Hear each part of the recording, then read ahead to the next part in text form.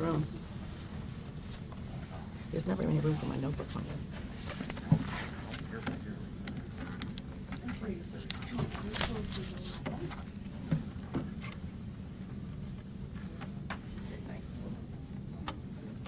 Is there any way these mics can be moved up to the top? Whoever has the mics here? They're on the. These? Can I just put them up here? Okay. So you can still hear? Okay. All right. Thank you, everybody, for coming. I know this is a long day wait for this particular case, but I want to start out this morning by welcoming you here. And I'd like to have everybody here that's up here with me to introduce themselves and just tell you what their role was in this case.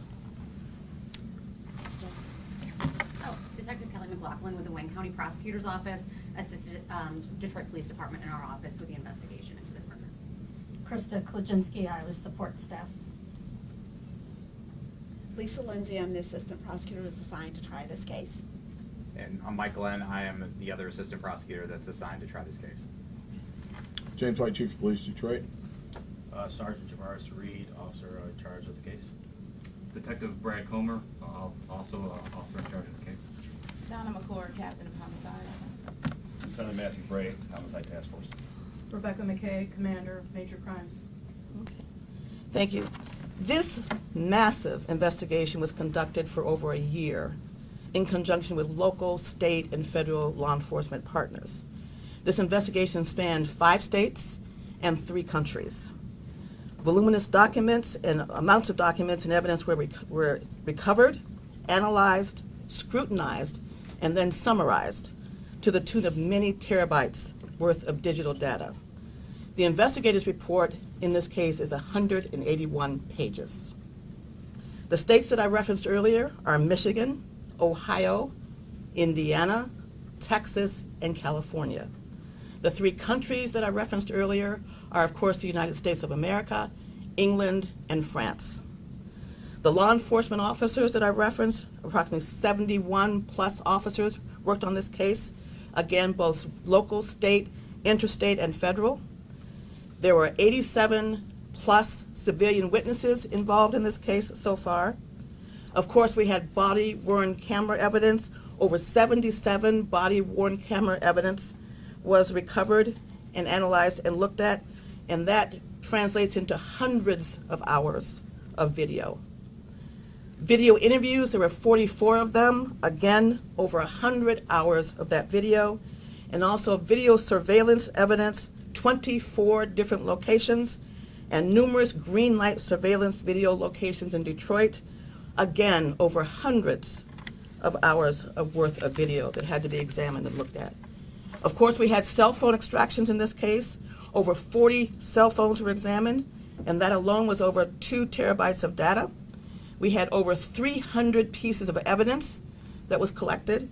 There were 134 search warrants executed, 94 items of evidence sent to the Michigan State Police Crime Lab to be analyzed. There was Cash App and PNC bank fraud. Over $30,000 worth was stolen, and again, more is coming in. There were 2 watches that you will hear me refer to earlier that I'll talk about later. One was worth over $6,000 and the other was worth $7,500. We also have a Range Rover that was worth between $72,000 and $81,000 that are also a part of this case, and those numbers are according to Kelley Blue Book. The total data received, again, several terabytes of data. And to try to encapsulate that down, if one person received and looked at all of this digital evidence in this case on a 24/7 basis, it would take them years for them to go through. That's kind of the magnitude of just the digital evidence in this case. Everything I'm about to say are alleged facts. The defendant is, of course, that we are charging today, of course, is presumed innocent until proven guilty. And on April the 22nd of 2023, last year, the Detroit Police Department received a civilian parking complaint, and officers were dispatched to the area of 9901 Coyle Street in the city of Detroit. Officers arrived and observed a white Range Rover blocking the driveway. They investigated further and noticed what appeared to be blood on the interior of the vehicle that was blocking the driveway. They secured the Range Rover, they tagged it as evidence, and towed it to the Detroit Police Department tow yard. The registered owner of that white Range Rover was discovered to be Dr. Devon Hoover of 150 West Boston Boulevard in Detroit. Detroit police officers went to that address of 150 West Boston Boulevard that same evening and noted that the driveway gate leading to and from the rear of the house to be wide open. They were unable to contact anyone at that time at the residence, both knocking on the front and back doors of the house.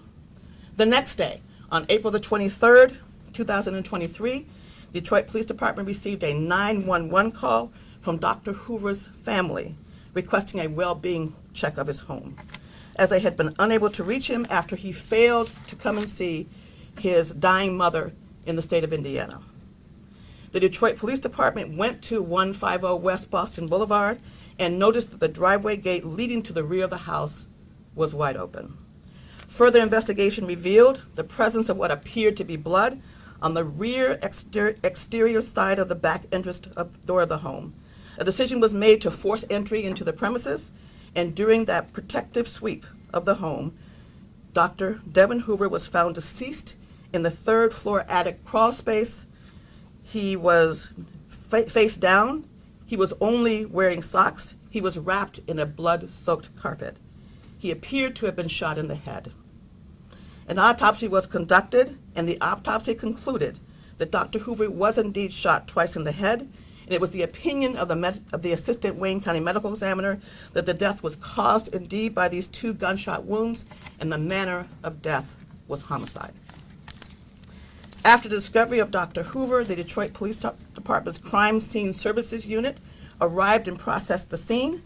Subsequent investigation revealed that the victim's cell phone, his wallet, his money, his financial transaction devices, credit cards, and designer watches were missing from the home. The investigation revealed that almost immediately following his murder, multiple fraudulent financial transactions were made from Dr. Hoover's various bank accounts. These transactions spawned for several days after that discovery. An analysis of the victims of Dr. Hoover's cell phone records revealed that Dr. Hoover had approximately 4,000 communications with a number attributed to a Desmond Burks, who resided at 9924 Sussex Street in the city of Detroit. The text messages established that Desmond Burks and Dr. Hoover were in an intimate relationship with one another, and that on occasion Desmond Burks would charge Dr. Hoover for these sexual services. The investigation of this case was further complicated by the fact that many witnesses were extremely reluctant to come forward to share sensitive and personal information. The analysis also indicates that the day Dr. Hoover was murdered, Dr. Hoover's cell phone traveled from his West Boston Boulevard address to the area of Desmond Burks' address on Sussex. Dr. Hoover's phone appears to return to West Boston for a short period and then travels back to the area of Desmond Burks' residence on Sussex again before traveling to Fairlane Mall in Dearborn. Dr. Hoover's cell phone never returns back to his residence on West Boston. Numerous pieces of corroborating evidence place Dr. Hoover's cell phone in the same location as Desmond Burks. The evidence includes, but certainly is not limited to what I'm about to say.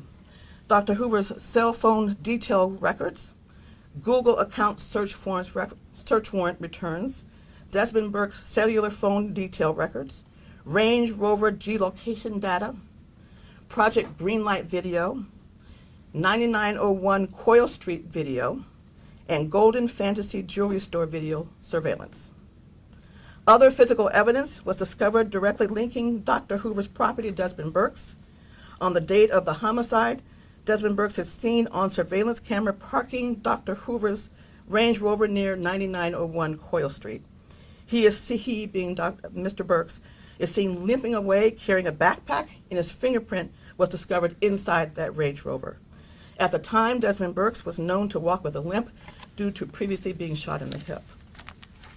Search warrants conducted at Dr. Burks' residence led to the recovery of one of Dr. Burks' Cartier watches that I mentioned earlier. Dr. Hoover purchased this watch in the year 2020 for approximately $6,000. An additional search warrant concluded at another recently discovered address of Desmond Burke's back on April of this year, 2024, led to the discovery of another of Dr. Hoover's Cartier watches, a watch that Dr. Hoover purchased one day prior to his homicide. That watch was worth approximately $7,500. Based on all of this evidence and much more further evidence, which we will outline in more detail in court, as a result of all of that, we are charging Desmond Burke today with 1 count of first-degree premeditated murder, count 2, felony murder, count 3, larceny of over $20,000, count 4, using a computer to commit a crime. The maximum imprisonment there is between 10 years or more, but less than 20 years. Count 5, possession of a firearm by a felon. Count 6, felony firearm, second offense, which goes to count 1. Count 7, felony firearm, second offense, which goes to count 2. And count 8, felony firearm, second offense, that goes to count 5. Please remember, as I said earlier, that this defendant is presumed innocent until proven guilty. And this is the same Desmond Burke that we charged on May 17, 2024, with another second-degree murder homicide. On May 17, 2024, we charged Desmond Burke, who was 33 at the time, in connection with a road rage incident that killed Mr. Salah, 87, of Dearborn. On October 17, 2024, at approximately 6:45 p.m., Detroit police officers were dispatched to an intersection of West Chicago and Greenfield Road for reports of an unconscious male laying in the street.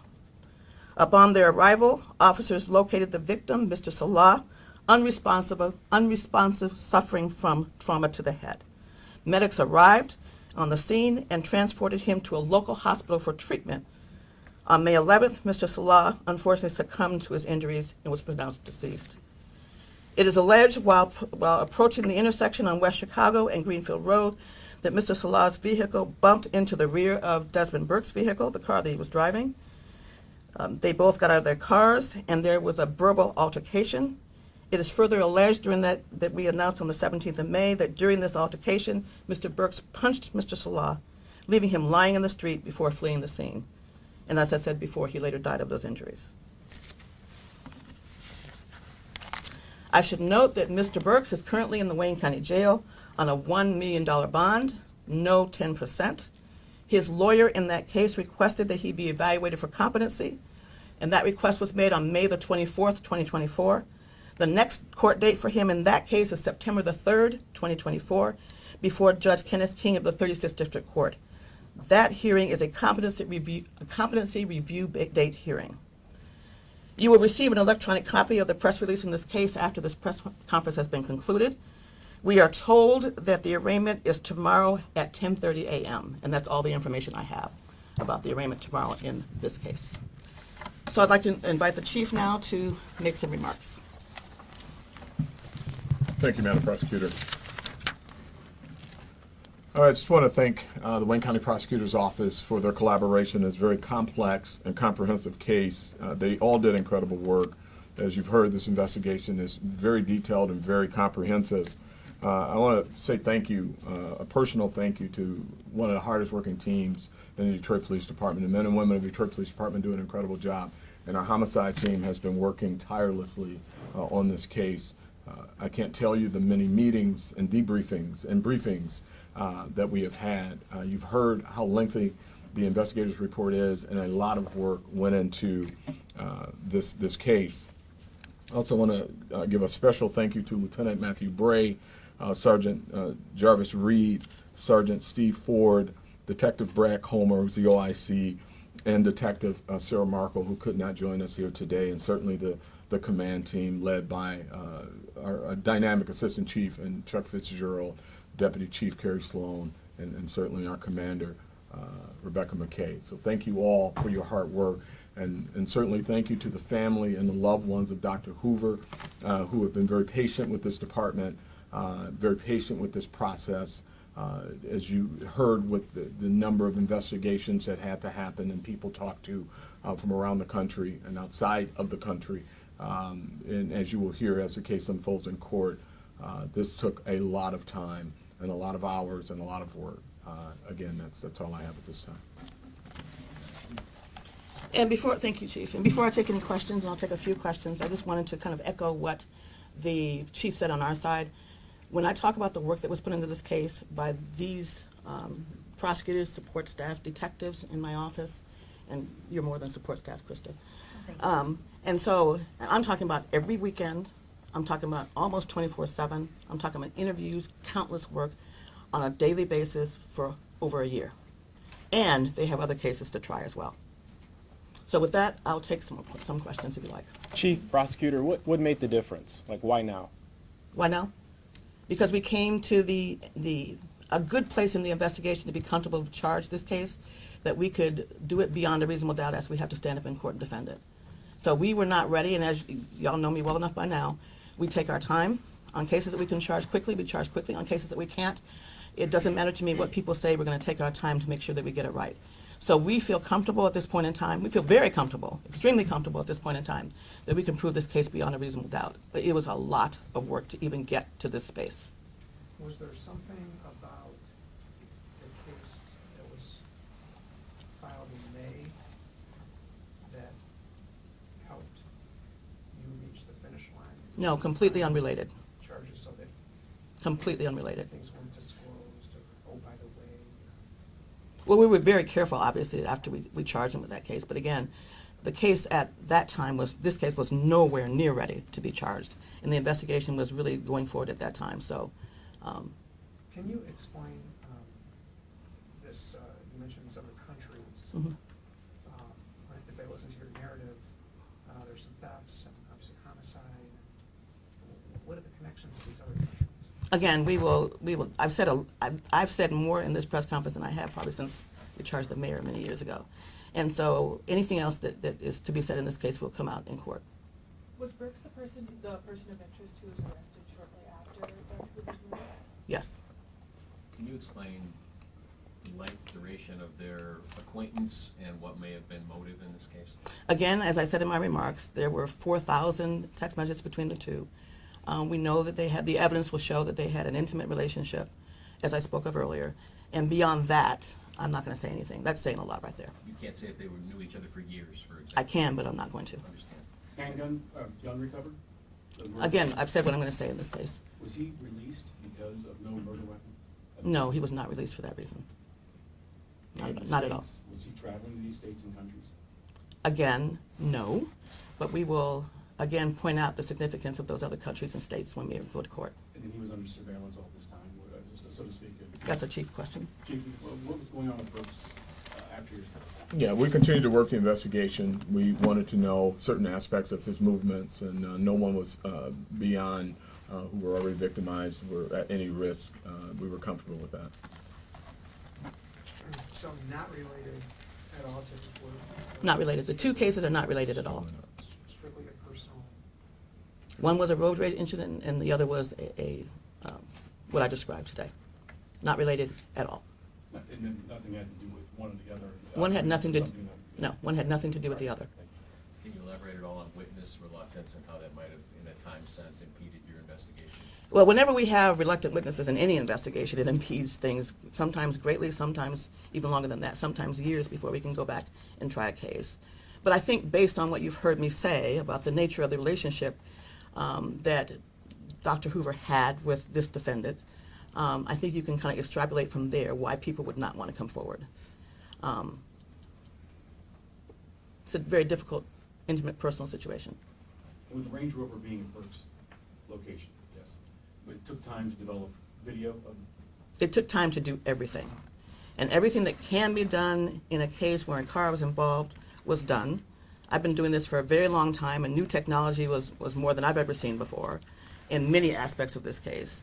And so what they can do now to help with investigation is phenomenal. And I must say that we had pretty broad cooperation with all the entities that we had to contact to help us put this case together.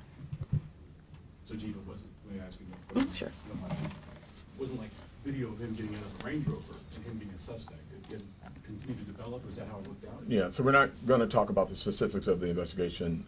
That part will come out in court. But we, we're very confident in this case and very confident in the hard work and minimum of the Detroit Police Department and what they have brought forward as far as evidence is concerned regarding this case. B-U-R-K-E-S? Burks, how do you spell it? B-U-R-K-S.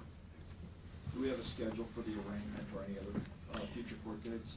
The only thing that we received from the 36th District Court this morning is what I've already said, and that's that we were told literally before I walked in here that the arraignment would be tomorrow at 10:30. That's all the information that I have.